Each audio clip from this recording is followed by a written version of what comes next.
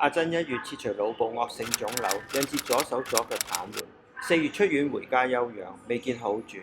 於7月23日第一次服用口服幹細胞，當晚放屁4次。2個星期之後，疼痛舒緩，左手左腳慢慢可以移動。於10月23號服用口服幹細胞，剛好90日，第一次離開病床，喺幫助之下可以自己行路。以下就係阿珍康復嘅過程。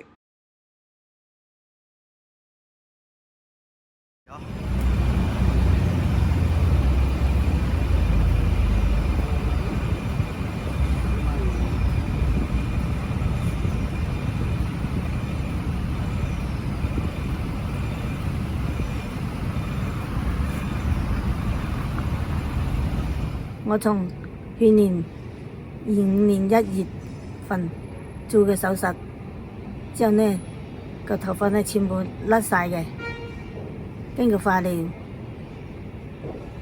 係啦，又食咗呢個幹細胞，過咗2個月，頭髮就重新生翻出嚟啦。本來有少少白頭髮，而家連白頭髮都冇啦。食之前呢就係周身痛啊，從頭就痛到暈啊，痛到身痛到心口。真係痛啊！手又痛，腳又痛，痛到骨盆又痛，痛到有時唞氣都唞唔過嚟。後嚟啦，7月21號，我又開始食嗰啲藥啦。食咗前一個星期呢，我瞓覺時就轉咗身，轉咗左邊身，後嚟再瞓一個星期，就轉咗右邊身。之前呢一晚起身5次，而家呢食到依家一晚都冇使起身啦。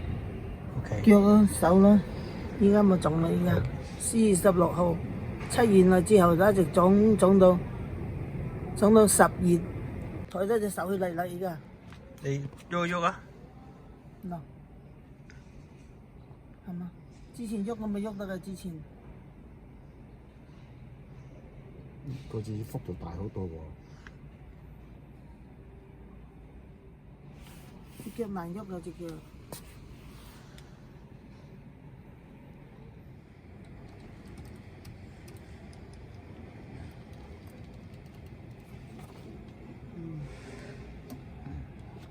係2026年2月20號年初5。我喺2025年10月份10月尾嘅時候，就發覺我個頸嗰度有見到啲黃豆大粒咁嘅肉瘤，咁依家呢發覺冇噶啦。咁前後咧就4個月左右咧，喺咩位置？你指俾我睇啊！呢度。OK，嗰陣時有冇影相啊？冇影到。係我同我媽視頻嘅時候講嘅，佢話點解你度有幾粒嗰啲咩嘢？我話我唔知，好似黃豆咁大粒嘅。佢話我話肉瘤咯。我話嗰時係10月底嘅時候，咁依家係2月份啦。依家我又同我媽視頻，咁佢話冇見咯喎。佢話我係咩？